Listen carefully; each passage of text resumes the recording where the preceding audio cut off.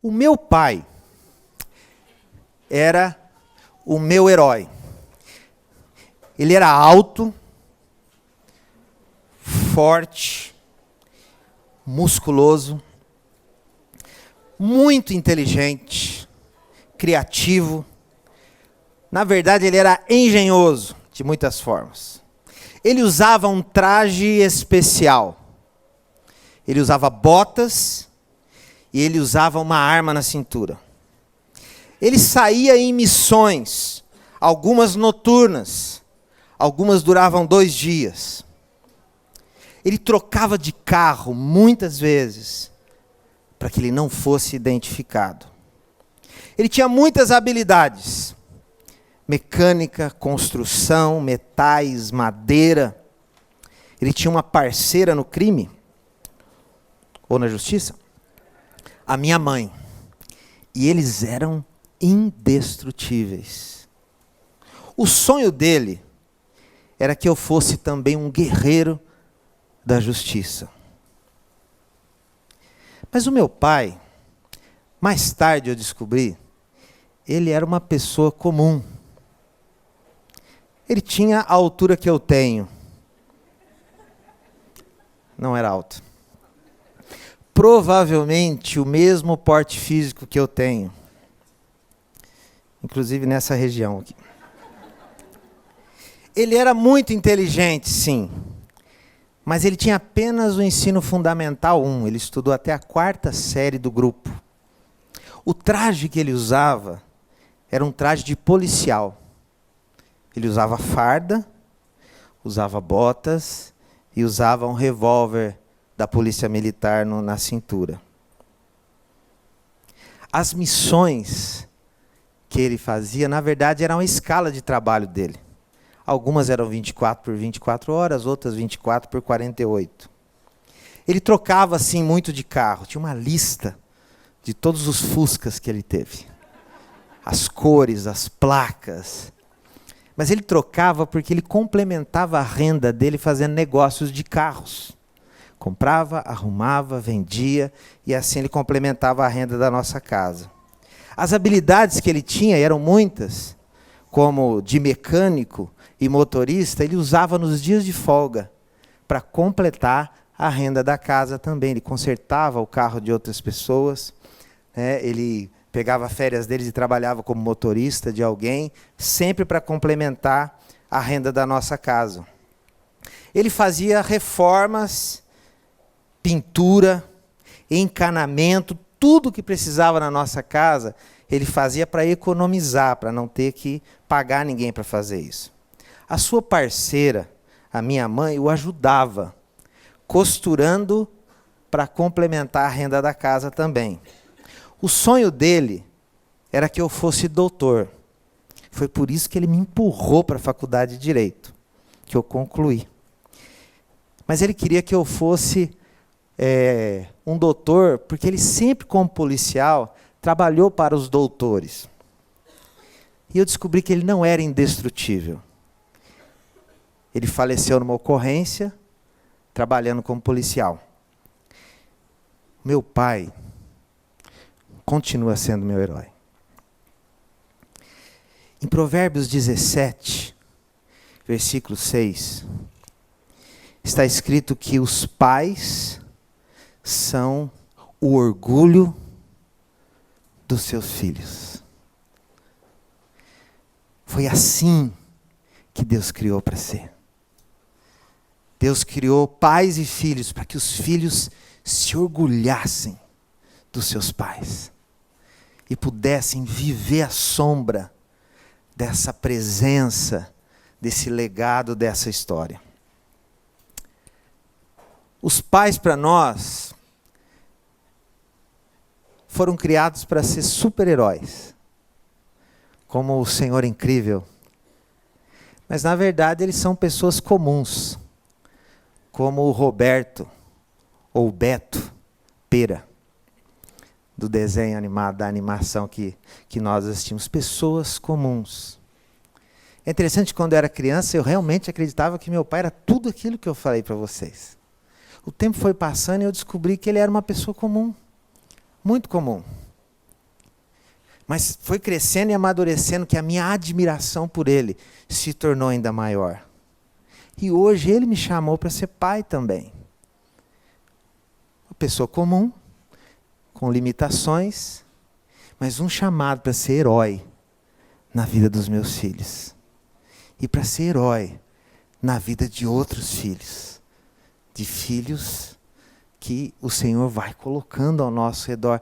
Deus nos chama para sermos heróis de outros que talvez estejam precisando de uma figura paterna por perto. Eu queria convidar você a ler a sua Bíblia em Efésios, capítulo 3. Nós vamos ler dos versículos 14 até o 21. Efésios, capítulo 3, 14 a 21. Este texto, ele não foi escrito especificamente para pais. Ele foi escrito para a igreja toda. Pais, mães, filhos. Mas esse texto traz alguns princípios para nós que somos homens e para nós que somos pais, que eu gostaria de destacar. Eu sei que nós temos pessoas aqui que não são pais, eu sei que nós temos mulheres aqui também, mas eu gostaria de convidar você a refletir conosco a respeito de tudo isso, porque nós precisamos da sua ajuda. E nós precisamos fazer isso juntos. Nós precisamos das suas orações. E eu acredito que existem coisas que são aplicáveis aqui a você também. Efésios, capítulo 3, do 14 ao 21. Por essa razão, ajoelho-me diante do Pai, do qual recebe o nome toda a família, nos céus e na terra. Oro para que com as suas gloriosas riquezas, Ele os fortaleça no íntimo com seu poder, por meio do seu Espírito, para que Cristo habite no coração de vocês, mediante a fé. E oro para que, estando arraigados e alicerçados em amor, vocês possam, juntamente com todos os santos, compreender a largura, o comprimento, a altura e a profundidade, e conhecer o amor de Cristo que excede todo o conhecimento, para que vocês sejam cheios de toda a plenitude de Deus, aquele que é capaz de fazer infinitamente mais do que tudo que pedimos ou pensamos, de acordo com o seu poder que atua em nós. A Ele seja a glória na Igreja e em Cristo Jesus, por todas as gerações, para todos sempre. Amém. Palavra do Senhor. Amém. Tem alguns trechinhos desse texto que eu queria reforçar. O primeiro, do qual recebe o nome toda a família nos céus e na terra. Uma outra tradução para isso seria, do qual deriva toda a paternidade. Toda paternidade deriva de Deus. Na verdade, não somos nós que emprestamos a qualificação de pai para sermos pais. Na verdade, nós não usamos isso como uma forma de nós entendermos apenas quem Deus é. Na verdade, Ele é pai. E Ele criou a paternidade como um veículo dele para nós. Outra coisa, o texto fala que Ele nos fortalece. Nós precisamos. O texto fala que Ele nos enche de poder.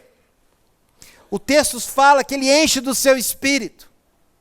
Então o que eu queria destacar é que para a tarefa de sermos pais, nós temos que lembrar que a nossa paternidade nasceu em Deus. É uma característica dele vinda para nós. E que Ele quer nos dar força para isso. Porque em alguns momentos nós vamos nos sentir fracos. Ele quer dar para a gente o seu poder, para que nós possamos ter condição de fazer da forma como precisa ser feito. Mais do que isso, Ele quer nos encher do seu Espírito. Em igreja, normalmente, nós ouvimos falar de ser cheio do Espírito para fazer outras coisas. Eu queria lembrar você que o Espírito Santo quer encher o seu coração para que você seja pai. Para que você seja pai, segundo o coração do nosso Pai que está no céu. Que Ele nos encha de toda a plenitude. A promessa aqui das Escrituras é que Ele quer fazer isso.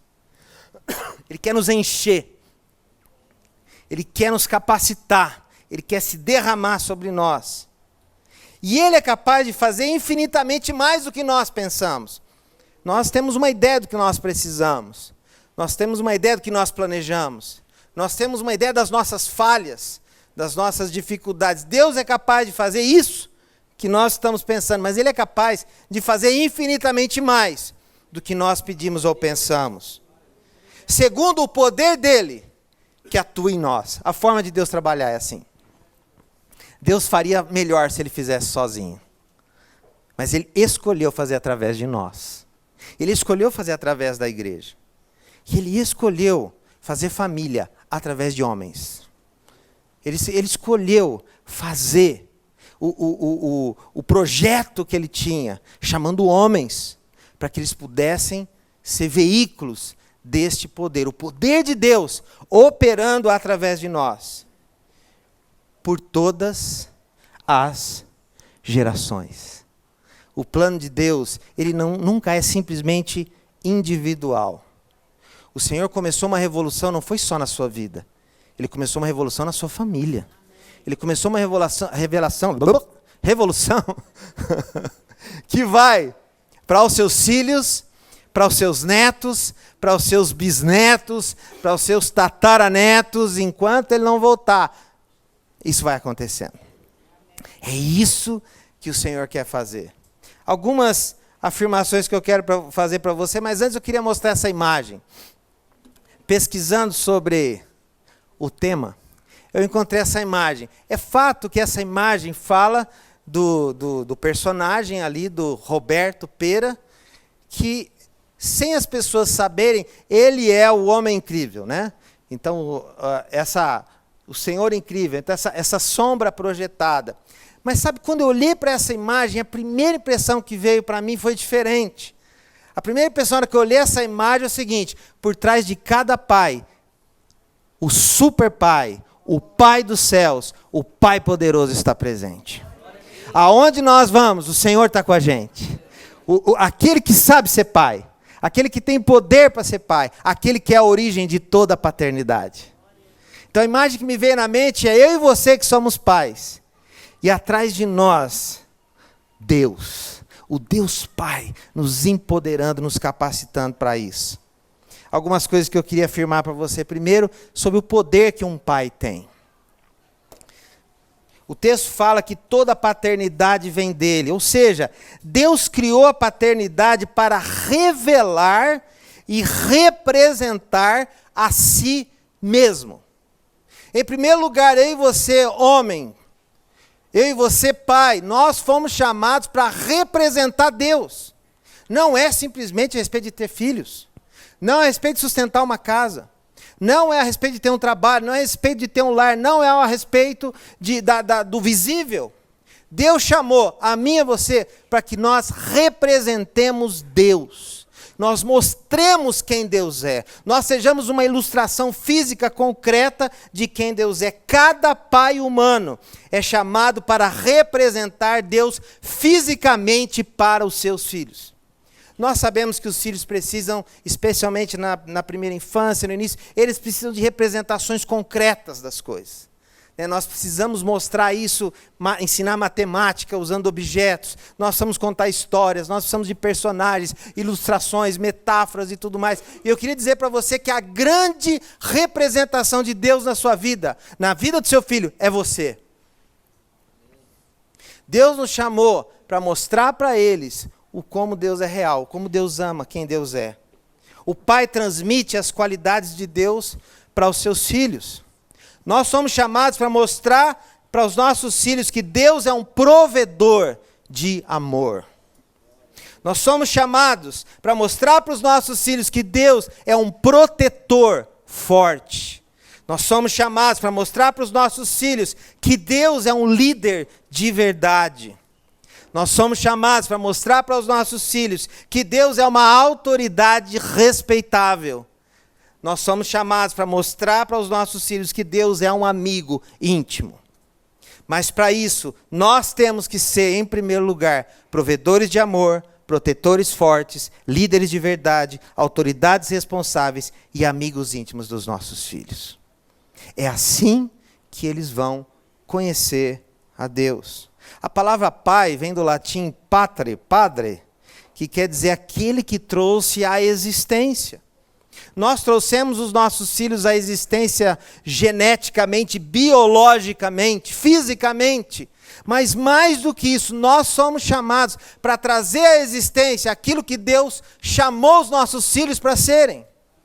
Nós somos chamados para olhar para os nossos filhos e dizer, esse é o caminho, é isso que você é para lá que você deve ir, é isso que Deus quer de você. Nós somos chamados para buscar Deus, para saber o que é isso, para que nós possamos encaminhar os nossos filhos e chamar à existência aquilo que Deus planejou para eles. Nós não fomos chamados simplesmente para pagar as contas dos nossos filhos. Nós não fomos chamados para dar roupa para eles. Nós não fomos chamados para dar um teto. Nós não fomos chamados para dar cursos para eles. Nós somos chamados... Todas essas coisas são acessórias da nossa missão principal, que é trazer à existência a realidade daquela pessoa. A realidade daquele homem. A realidade daquela mulher. E como pais, nós temos um papel importante na vida dos homens, dos filhos homens e das filhas mulheres também. Nós somos chamados para trazer à existência aquilo que Deus planejou para eles. Nós somos chamados para ser os padres, os pais que vão trazer à vida aquilo que Deus planejou para a vida deles. As Escrituras, mas também as estatísticas mostram que não existe ninguém mais influente na vida de uma pessoa do que seu próprio pai. Inclusive e especialmente daqueles que não o tiveram, ou daqueles que o perderam. Essa é uma figura fundamental na nossa história. Deus planejou que fosse assim. Os pais oferecem para os seus filhos identidade. Nós oferecemos para os nossos filhos a identidade social, o nome, o sobrenome. Nós identificamos eles, numa árvore genealógica, nós identificamos eles na sociedade através da origem familiar que eles têm. Então, esse aqui vai um Lucas, aqui vai um Alves, aqui vai um Silva, aqui vai. Nós oferecemos isso para eles. Vem de tal família, é filho do fulano de tal, é neto do fulano de tal. Esse é um daqueles... Assim, o assado, nós oferecemos essa identidade para eles nesse sentido, mas nós oferecemos identidade em vários outros aspectos. Nós oferecemos identidade, por exemplo, para dizer para o nosso filho, você é homem, você é mulher. Nós oferecemos identidade para falar para os nossos filhos, você é um homem de bem, você é honesto, você é verdadeiro, você é um servo, você é amoroso, você só fala a verdade. Você é um filho de Deus. Nós somos chamados para trazer a identidade espiritual dos nossos filhos também. Num mundo que vai afastá-los, num mundo que vai oferecer outras verdades, num mundo que vai oferecer outras identidades para eles, nós somos chamados para oferecer para os nossos filhos a identidade que Deus tem para eles. Nós não podemos delegar isso para outras pessoas. É fato que muitas vezes pela omissão dos homens, pela fraqueza dos homens, pela covardia dos homens, as mulheres tiveram que se levantar, e o fizeram muito bem, graças a Deus porque elas fizeram isso, mas em grande parte elas fizeram por causa da fraqueza dos homens que não o fizeram, para poder oferecer identidade para os seus filhos. Nós somos chamados para oferecer valores, nós somos chamados para oferecer verdades, verdades naturais e verdades sobrenaturais. Apontar para eles quais são os valores corretos, não apenas através do discurso, mas através da prática.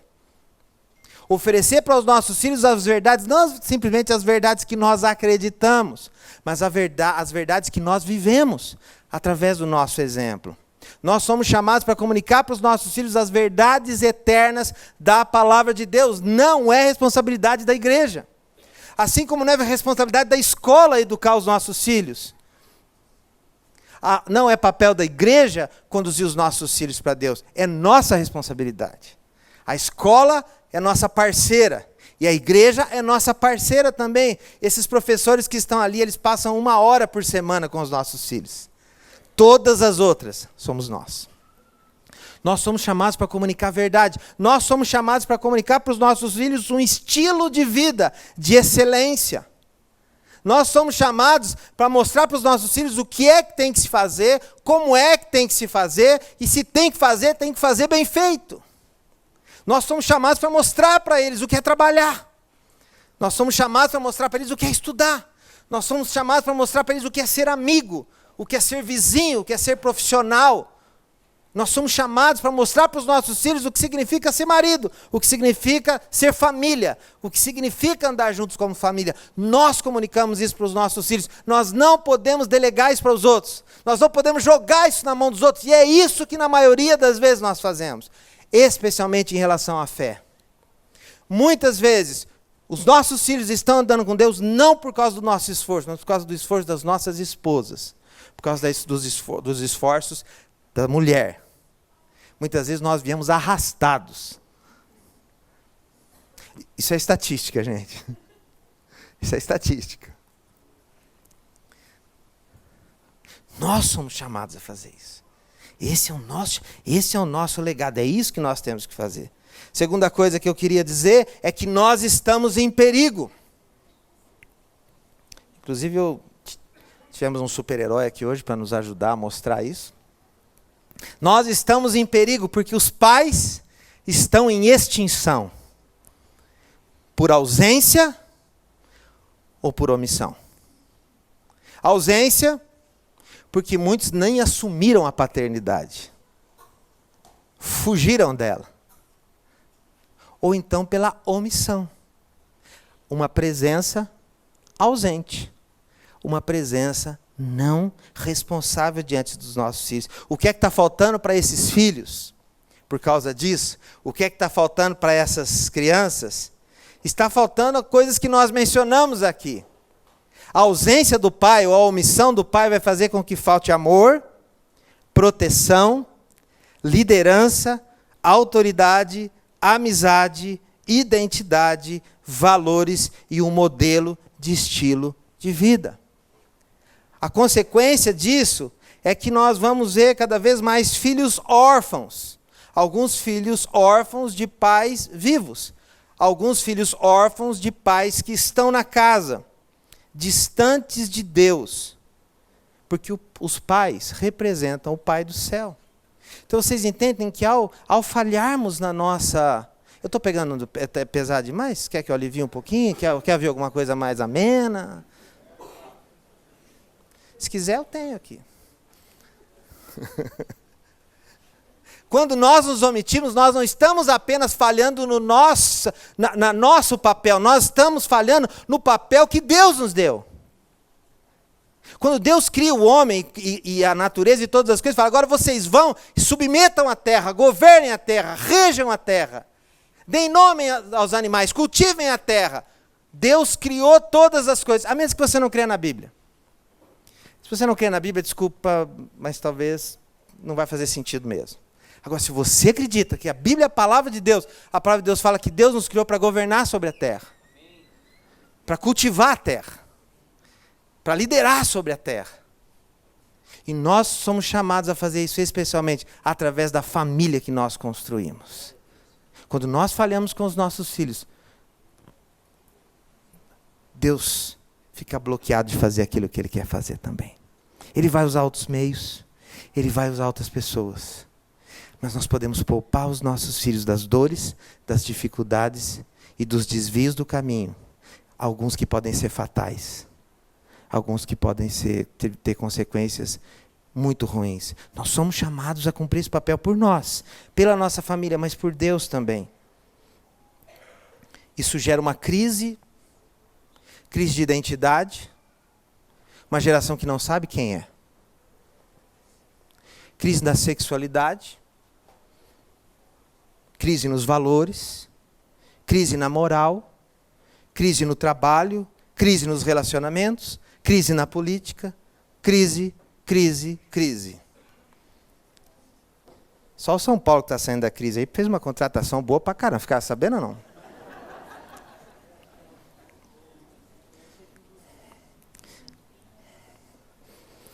Aliás, essa é uma carta de São Paulo, né? São Paulo aos Efésios, tá bom. Bora lá. Não ia ler os Coríntios hoje, de jeito nenhum. Vamos lá.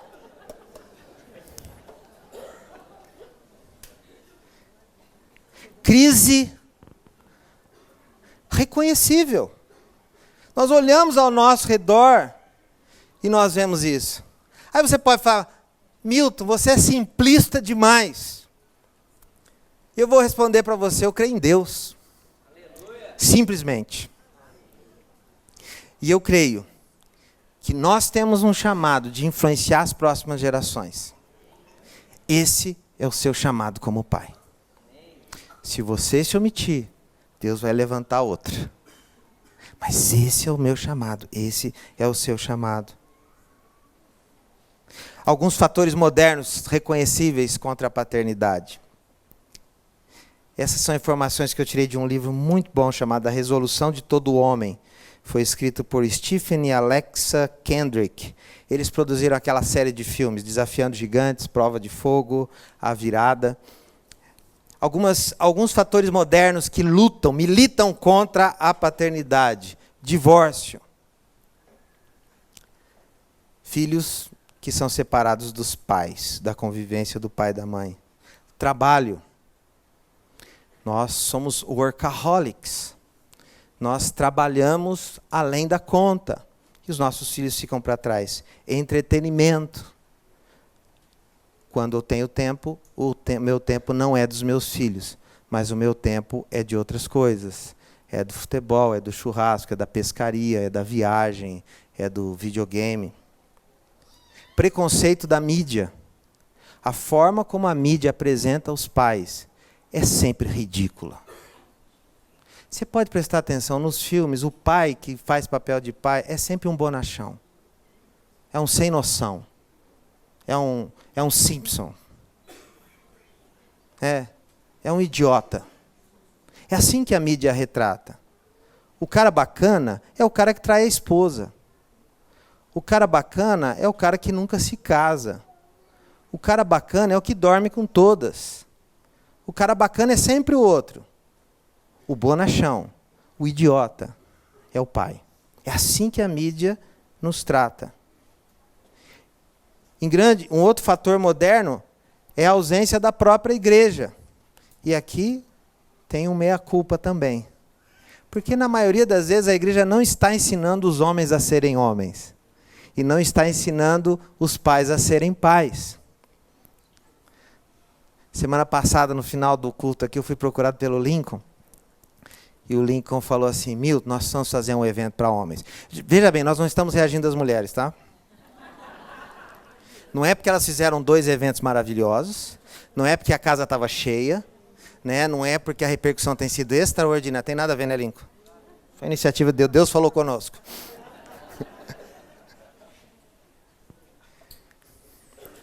Mas, mais uma vez, as mulheres saíram na frente, caramba. Mas é por isso que uma vez por mês nós vamos reunir os homens a partir de agora também. Então, você já recebeu o convite aí. No terceiro... Amém. No terceiro sábado de cada mês vai ter reunião de homens. Tá bom? Vamos bater bola, vamos fazer um churrasco aí, vamos fazer um negócio. Mas... esse mês, excepcionalmente, vai ser no último sábado, mas nós queremos fazer isso. Uma omissão da igreja. Mas um outro fator moderno é que existe uma feminilização dos homens. É fato. Em geral. As mulheres fizeram um trabalho tão bom, né, de lutar pelos seus direitos, de assumir os seus papéis, que em vários aspectos as mulheres estão liderando. E em vários aspectos os homens, para permanecer vivos, eles estão se adaptando. A feminilização dos homens, porque os homens é politicamente incorreto um homem ser homem do jeito que ele tem que ser. Talvez uma reação ao machismo, né, talvez uma pressão de outras formas, mas o fato é esse, observem. Outro dia eu estava numa loja em Bauru e fui comprar roupa. Eu não sabia onde eu estava. Eu não sabia se era o departamento masculino, se era o departamento feminino, porque é tudo igual.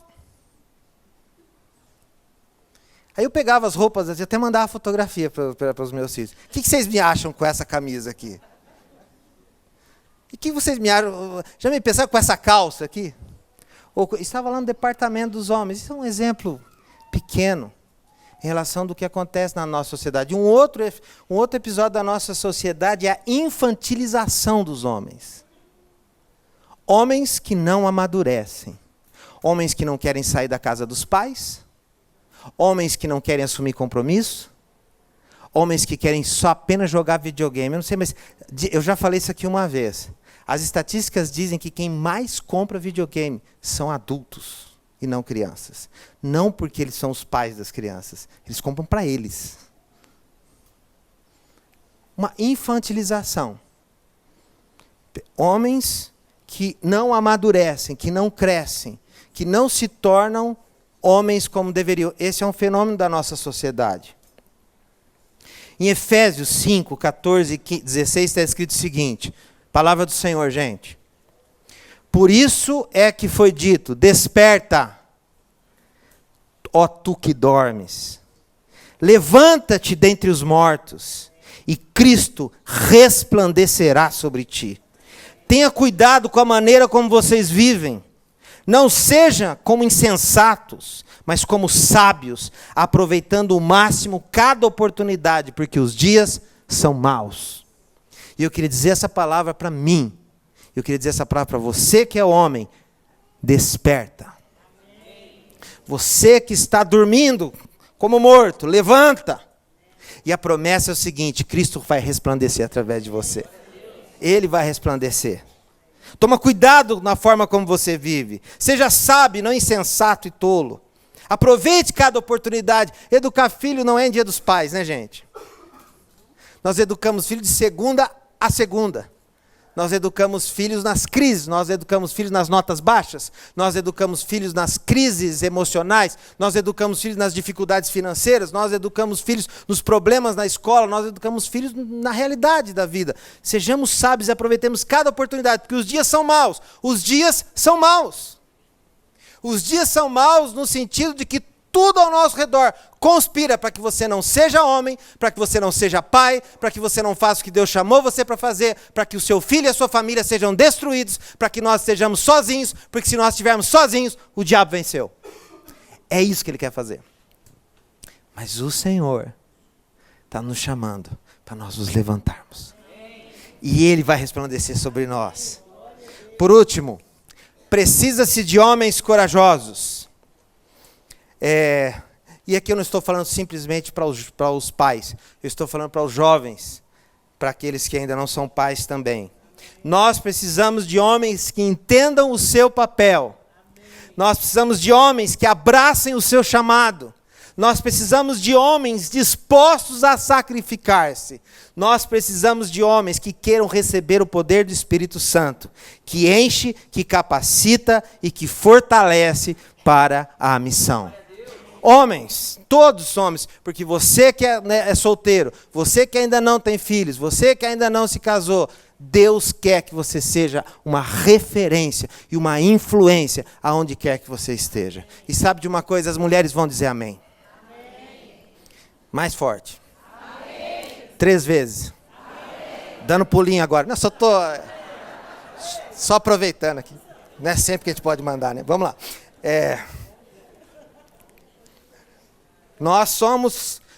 Elas vão dizer amém, sabe por quê? Elas estão cansadas de homens fracos. Cuidado com o amém que vocês falam aí, hein?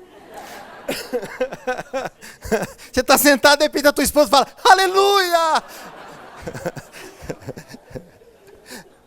Eu tinha um amigo americano, o Gregório, uma vez ele pregando lá na Vineyard de Bauru, ele falava assim, os homens estão fracos, mulher não cozinha para esse cara, não lava a casa para esse cara, não se importa com esse cara, vai buscar Jesus. A mulher, aleluia, aleluia, aleluia. E o marido... Então cuidado com o amém que você fala aí, tá? Mas... Malaquias, capítulo 4, são os últimos versos do Velho Testamento. Está escrito assim: vejam, eu enviarei a vocês o profeta Elias, antes do grande e terrível dia do Senhor. Ele fará com que o coração dos pais se voltem para os filhos, e os corações dos filhos se voltem para os seus pais. A referência aqui a Elias é uma referência a João Batista, que veio na frente de Jesus, que veio para anunciar Jesus, assim como Elias veio na frente de Eliseu. Eliseu vinha com uma mensagem de juízo, de redenção, e Elias veio na frente. Jesus viria para trazer a salvação, o reino de Deus na terra, e João Batista veio antes. Veio preparando o caminho. Eu e você somos chamados para ir na frente, preparando o caminho para o Senhor na vida dos nossos filhos. Preparando o caminho. Que o Espírito do Senhor, que o Espírito que estava sobre Elias, que o Espírito que estava sobre João Batista, esteja sobre nós, para que nós possamos preparar o caminho dele na vida dos nossos filhos e das nossas famílias. Nós precisamos orar agora. Nós precisamos orar agora.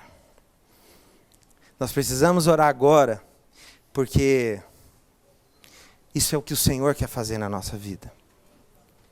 Isso é o que o Senhor quer fazer na sua vida, homem. Isso é o que o Senhor quer fazer na sua vida, pai.